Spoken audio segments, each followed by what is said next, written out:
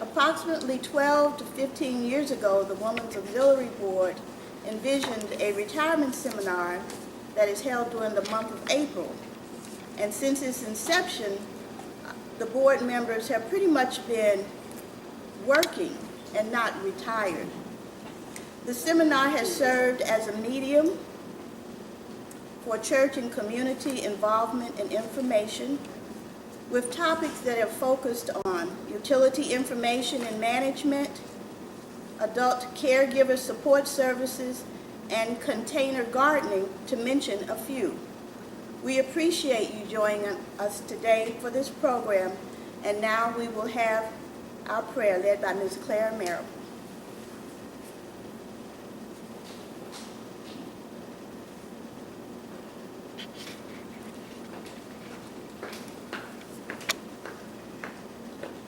Good morning. Good morning. We all bow our heads.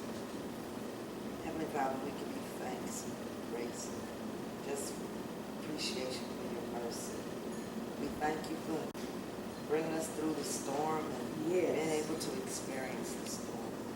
We pray for those who have experienced tragedies and loss during the storm. But Lord Jesus, your will must be done.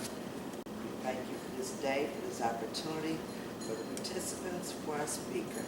We pray for traveling grace, and we give you all the praise and all the glory. Amen. Amen.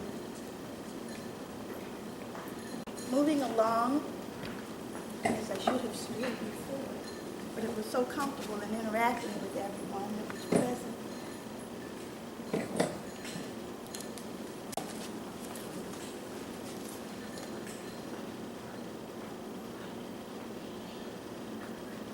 We're going to introduce our speaker, and we also would just like to welcome all of you for coming.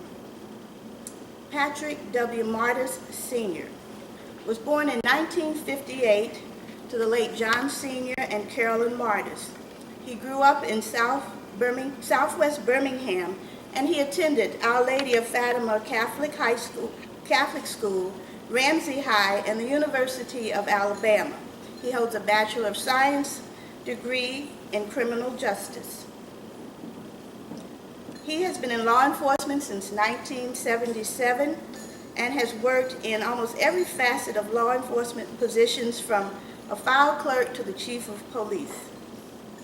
He graduated from the University of Alabama Police Academy and the Federal Bureau of Investigation National Law Enforcement Academy. He successfully served as the chief of police for the Fairfield, Alabama Police Department, where he retired in the year 2010. During his tenure, there was a decrease in violent crime, stabilization of personnel, and an increase in community involvement with the police. Under his leadership capacity, Chief Mardis was awarded the city's Meritorious Service Award in the year 2006.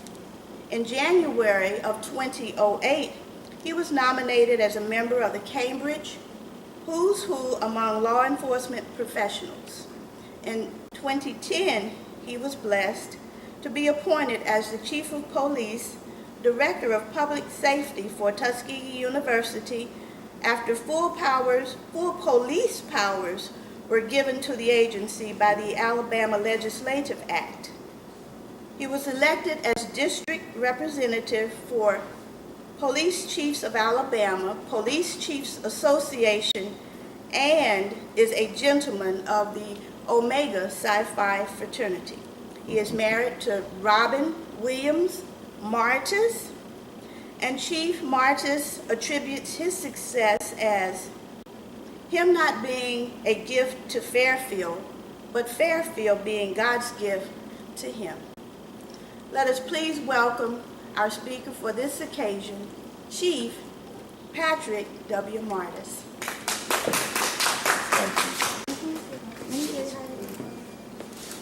Good morning, ladies and gentlemen. How are you today? It's always a blessing to be called to a church. I'm following behind my son-in-law's footsteps, who preached here Sunday at the 3 o'clock service. He always told me that an invite to a church has a twofold. either somebody thinks you need a blessing, or that you'll be a blessing to somebody else. Either way, I think that I'm honored to be here, and I'm glad to represent my family standing in a church to give a educational function. My speech today, or my talk today, will be short and sweet. My granddad was a minister also, and he always said, "Say what you got to say, shut up and sit down." He said, because the mind can only absorb what the rear end can endure. So I won't be up here too long. We're here today to talk about identity theft and fraud, and more so importantly is to talk to people your age. And you know, it gives me an honor to say I'm close to your age now. I'm 55. I was talking to one of the ladies in the back. We have a new president at the university, and with me being 55 and he being 40, I can say we got a baby at the helm. But I'm sure he is competent to lead the university into a new direction, a direction that we truly need at this point. So here in talking about identity theft, what we look at each year, the people our age, the senior citizens, those who are retired, we become victims of identity theft and fraud to a tune of almost $34 billion in the United States.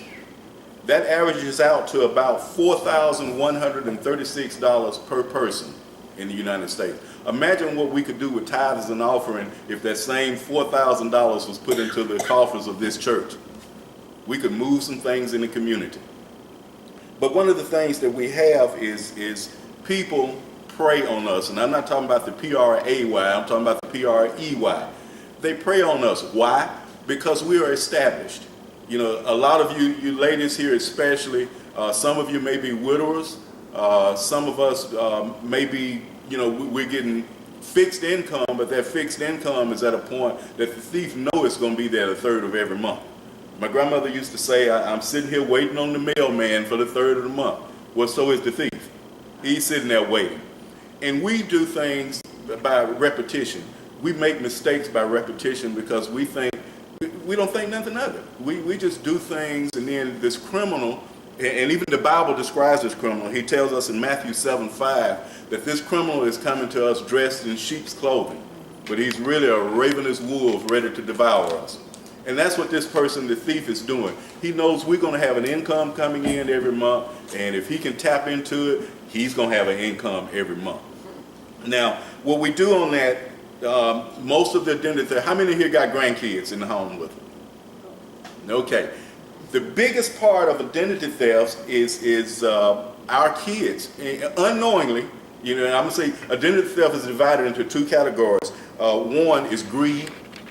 Some of us try to get something for nothing. Some of us, and mainly the criminal, is greed on his part because he's trying to get something for nothing. And then some of us, it's about mistaken ignorance. You know, we make mistakes. We don't realize that we're setting ourselves up, but until it's too late. When I say ask about the kids, how many kids you have in your household, a lot of our kids now, and I had this happen in my house because I had some teenagers in there, they download music off the internet. You know, they get this thing. When they get on the internet, when they go to these websites to get the music, it's called file sharing, which means they're sharing a file from this lady here on her computer because she has all the good music, but at the same time, she now has access to my computer because it's file sharing, okay? She can look, if she has an ill intent, she can look into my computer, and here's grandmama, she paying the bills online because, you know, nowadays, you know, the postal service is so high that it's cheaper for us to just go online and pay our bills, okay? UBT, bad about it, you know, you go in the line at UBT and you be in there forever to pay a bill, but if you walk out that line, they're gonna cut your stuff off. So we are sitting here, you're putting all of your credit card information in that computer. Here she is, if she has ill intent, and I hate to pick on you because you're going to be on TV. They're going to think I'm singling you out. I'm using her as an example, everybody. Here she is. She now has access to your credit card numbers, all of your personal information.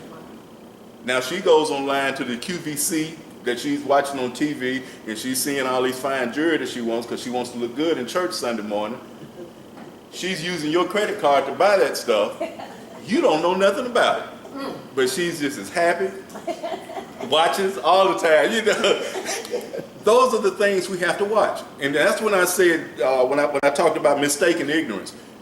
You don't know this is happening, but this person does. She is wiping you out. Another area that they get you at is our college students. Our college students have not established credit. They have not established a job. They're just starting. Some of these financial institutions will prey on them, and they'll give you a credit card, $5,000. You know, they send it to you in the mail, just apply. We're going to give you this credit card. Before you know it, when the kid graduates from school, not only is he up to here in student loans, he's also up to here in financial debt, and he's never applied for a credit card. I've always asked the question, why would you give a student that's in school a $5,000 credit card? I'm 55 years old. I just got to a point where I can get that, and I paid my bills all the time. You know, my mother died at 96.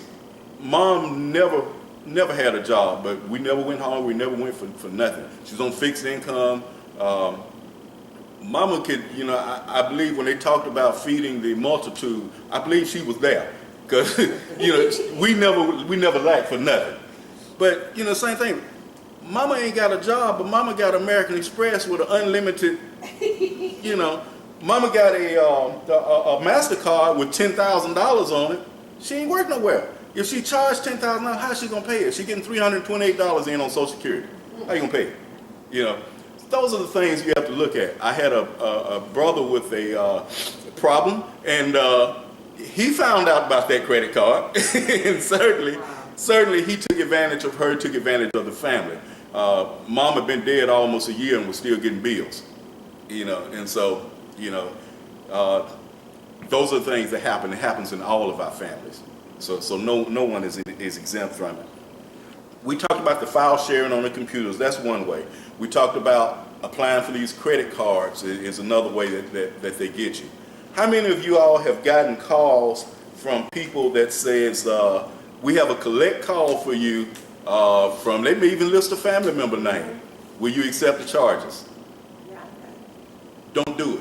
Oh, I know. In the age today, if they got to call collect, something's wrong.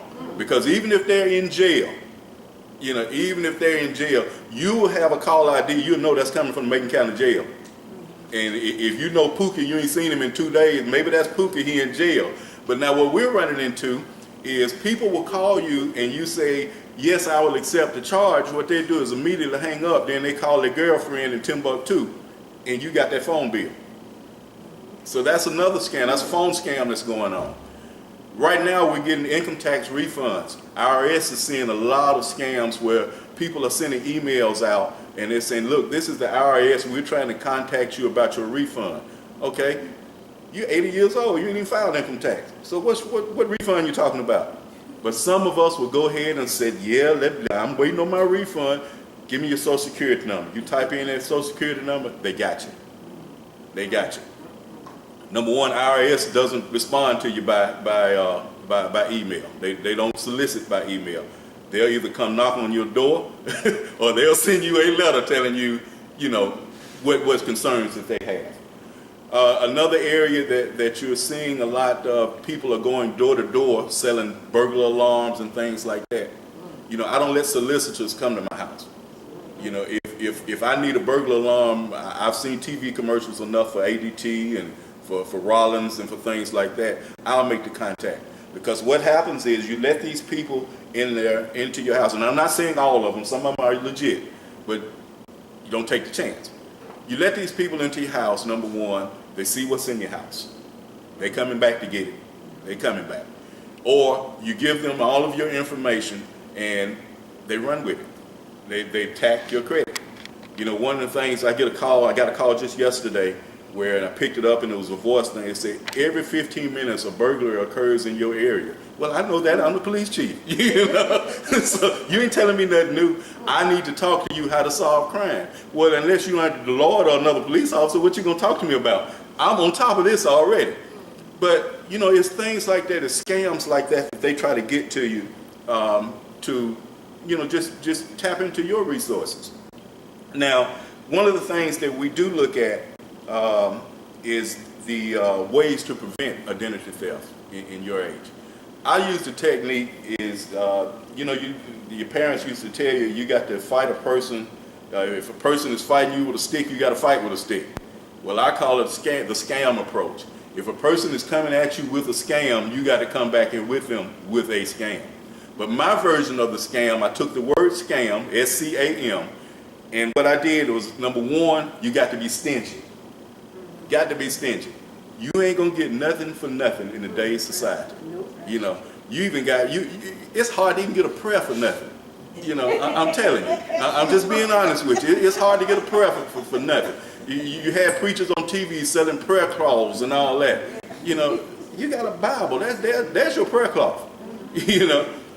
So then, you know, the S is being stingy. The C is check your bank book regular. Check your bank account. You'd be surprised of what goes on that checkbook. The A, I said, obtain an annual copy of your credit report. I'm going to give you some flyers up here that'll tell you how to do all of that. It's free. Every year, go there. Let me see my credit report. If you got your credit report and it's showing an American Express on there, or you owe First Federal Credit Union and you don't owe First Federal Credit Union, you need to start making some announcements, you know, because that can affect you. And these pamphlets will tell you how to deal with situations like that. And then the last letter in the M of the word scam is M, and I said maintain your records. If you are sitting, and especially if you're traveling, if you go to a hotel and you check out the hotel, keep your receipt for at least 90 days. Because that way, when you get your bank card statement and you start looking at it, if that receipt is different from the bank card statement, you need to know. Now, it may be a legitimate difference. I went to a hotel up in Atlanta on official business, and I drank the water that was in the room. You know, I paid for the room and got my receipt. But I was thirsty as I was going to the door. I got that, you know, we always get the coffee and the tea and all that. But, you know, I got that water, and I drank that water out there. That water was good, but it wasn't worth $10. I'm telling you, it wasn't worth $10. And so those are things that you know, when I call the hotel and I'm raising Cain, and they tell me, well, that you didn't have, they were missing some water out your room. I said, $10 for a thing of water? Dollar General got the same water for $1, you know. But those are some of the things you have to be aware of. Had I not looked at my statement, I never would have known that. I would just paid it and never known what it was for. That taught me a valuable lesson. Take your own water with you. So, you know. Yep. But we go into things like that you have to be cognizant of what's going on. Now, the biggest thing that I will say, I suggested keeping the receipts for 90 days. Don't just throw them in the garbage can. We have what's called dumpster divers. Right. You know, all these folks ain't looking for aluminum cans. You know, some of these people out there, they're looking for your bank statement that you've thrown in the garbage can. They're looking for your utility bills that you've thrown in the garbage can. Anything that has any piece of information about you, don't throw it in the trash can. If you need to bring it to a police station and have it shredded, if you want to shred it yourself, you know, but shred it in a thing where, you know, some of these idiots ain't got nothing to do. They ain't got no time on their hand. They may sit there and try to piece it together. Do it in crisscross where, you know, make it hard for them to do it.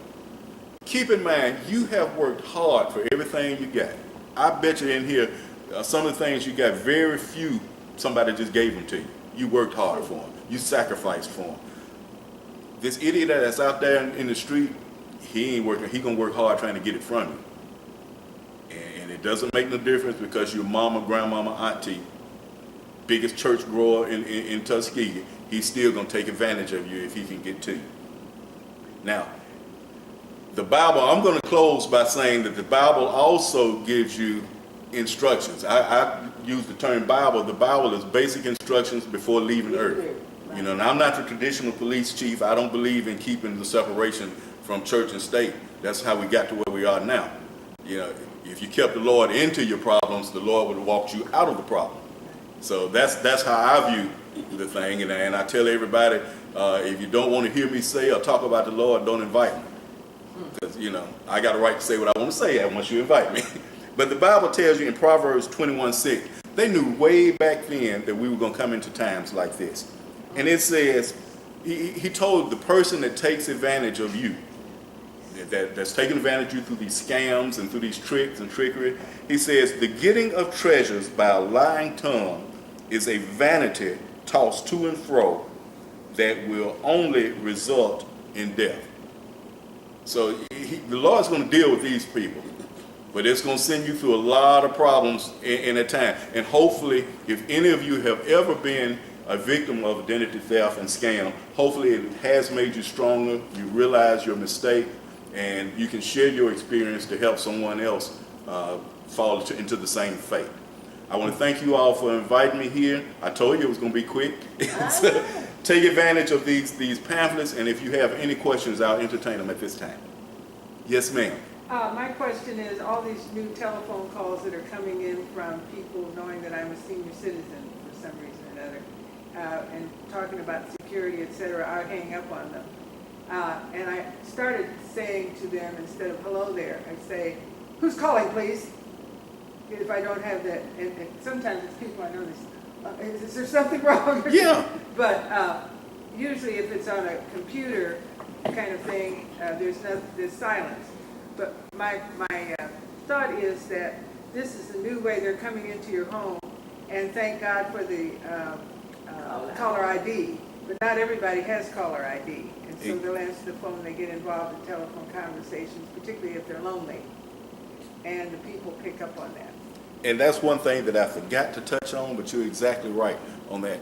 My wife used to work for the Drug Enforcement Administration, and she had all the gadgets and all this back then when everybody didn't have them. And I used to say, look at that call ID, don't you bring none of that mess in this house, you don't need to know who I'm talking to, you don't need to know who's calling here. That's the best thing in the world ever. But keep in mind, first mind, your first thought, yes, hang up on them or startle them, ask who is this calling. If a company is so important that they can't personally call you, that they got to get a machine to do it, that ain't the one you want to do business with. I hate voicemail. Don't answer the phone. I'll see your call that you called. If I want to talk to you, I'll call you back. But I hate voicemail. To me, that is so impersonal, and especially if you're on an emergency basis like I am. To me, that's shucking your responsibility. Because if you need the police, you don't need to be talking to a machine. Machine can't do nothing for you. I learned a trick also. If you keep getting these repeated calls like this, tell them you're calling a business, and they quickly hang up because they're trying to call residences. So if you tell them, look, you're calling a business, they won't call you again.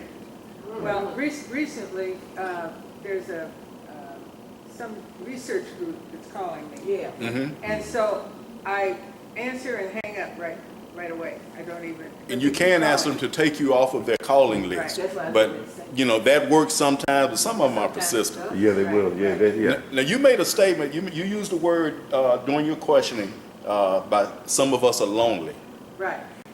Let me tell you what we run into a lot. Before I left Fairfield, we had a lady, she was in her 70s, and this guy had bilked her for about $10,000. And in her reporting it to the police, she said, well, I thought he was a nice guy. He said he was from a gated community. He lived in a gated community. I'd never been to his house. Guess what a gated community was? Holman Prison. Yeah, it's gated. It's gated. Holman Prison. This guy then tagged on to her as a pen pal, writing her letters. She's sending him money, and never met him, but she's lonely. She's putting money on his books, but she didn't realize she was putting it on his book. She thinks she's sending the money to his job, helping him out. Money orders. Yeah, and she's doing money orders, and she had all her receipts. You knew she had did it. But she sent it to the prison because this nice man lived in a gated community, and he was taking time with her to write her letters and things like that. Let's avoid that, Unfortunately, he's already in jail. So, you give him some more time, he's going to find another victim. So, yes, ma'am. You had a I question? wanted to say, when you were talking about obtain a copy of your credit report. Yes, ma'am. You should get it from each one of those 3 companies. You're exactly right. And tell them to block out all but the last 4 letters of your Social Security. I just did it. Tell them to block out all but the last 4 letters. You make a good detective. and they should send it to you, for that. And I don't pay anything online. I'm trying to keep the postman a job. That's right. When I buy stamp, I'm trying to keep the post office in business. And then what they did, I said, I'm going to pay this by paper because I don't trust that online thing. First, I'm not that technology savvy. And I want to share another experience about the credit card. I don't have a shredder, but I got a fireplace, so anything with information, I just burn it up in my fireplace. Last year, I had a call from American Express, and they said, well, Ms. Peterson, have you made any charges recently? And I said, none, but the one that usually come out, my contribution to the university. And I think I bid the hotel. He said, well, somebody in Italy is over here charging trying to charge $5,000 to your account. Because my account doesn't have a limit on it. It's a senior gold card, there's no limit on it. And they were trying to do that. I said, no, it's not me. He said, cut the card up tonight and don't use it anymore, and then we'll send you a new card in the mail. In Italy, and I'm here in Tuskegee, Alabama. And that happens. You all know Fred Gray, the attorney Fred Gray. Yeah. Fred Gray is Fred Gray Jr. He's one of my fraternity brothers.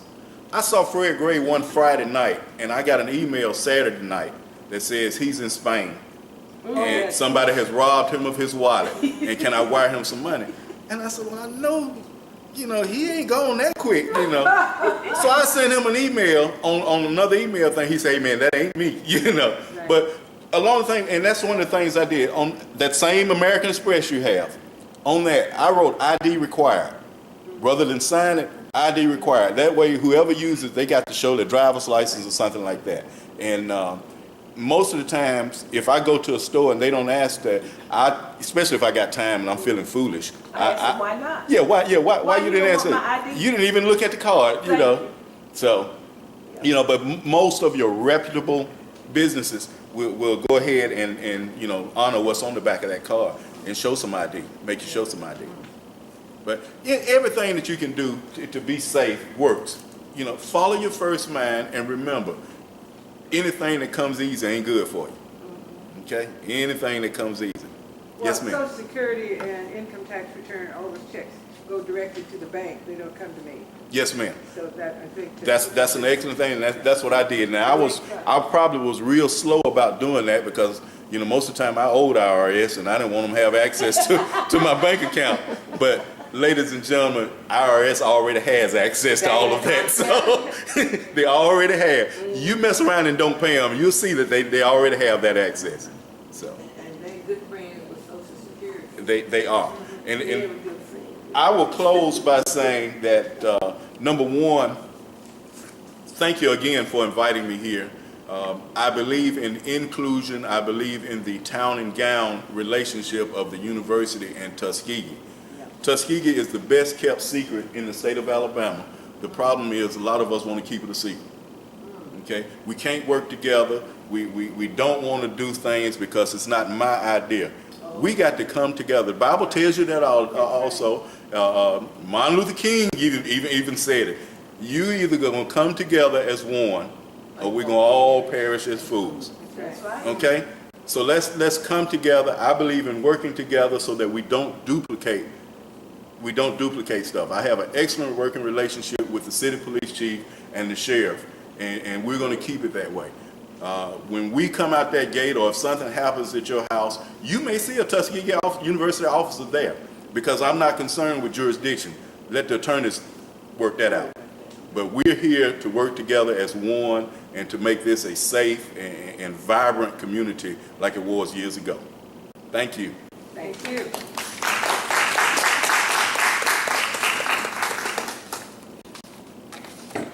We will pass out these brochures and make sure that everyone gets one. And first of all, thank you so much. Thank you. Thank you so much, Chief Mardis. Good information. And I also want to thank Felicia Moggs Grant, who is a member of our auxiliary board, who suggested that we get you, and she followed up, and we are so very grateful. Thank you.